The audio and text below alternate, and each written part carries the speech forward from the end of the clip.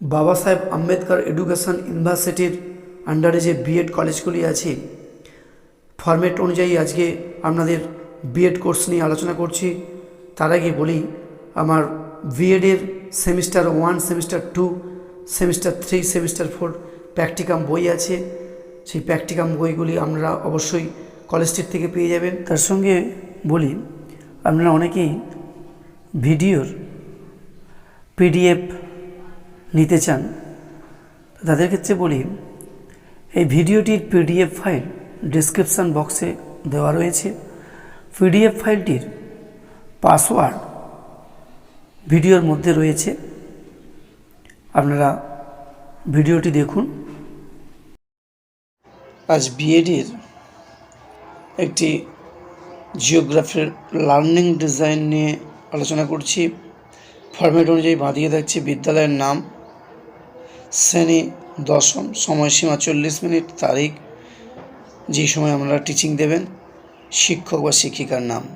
ডান দিকে থাকছে বিষয় ভূগোল, একক ভারতের প্রাকৃতিক পরিবেশ, উপ একক যেটা আজকের পাঠ হিসেবে থাকছে ভারতের ভূপ্রকৃতি।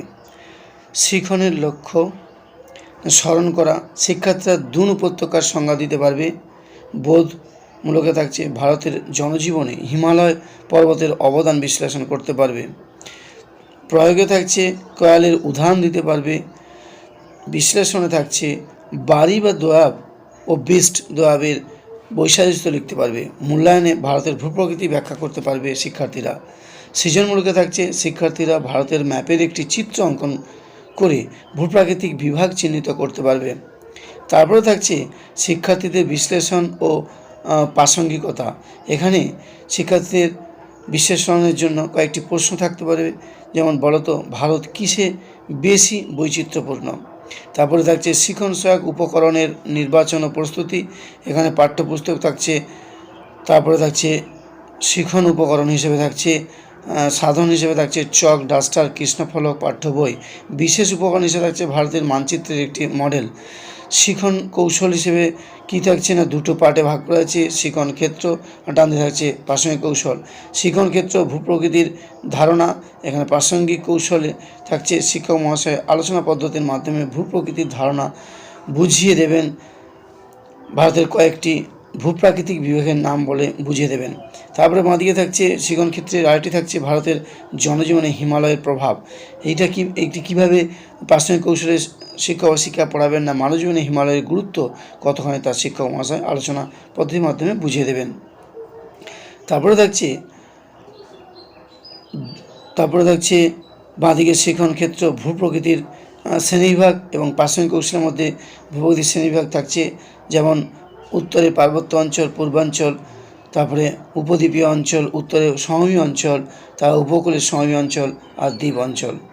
তারপরে থাকছে মূল্যায়নের নকশা, যেটাকে আমরা বলি কাজের পাতা। এখানে কাজের পাতা শিক্ষার্থীদের পড়ানোর পর কতটা বুঝতে পেরেছে বা জানতে পেরেছে বা শিখতে পেরেছে, শিক্ষক বা শিক্ষিকা মহাশয় কয়েকটি প্রশ্ন রাখবেন বা প্রশ্ন করবেন শিক্ষার্থীদের উদ্দেশ্যে, যেমন ভারতের উচ্চতম শৃঙ্গের নাম কী।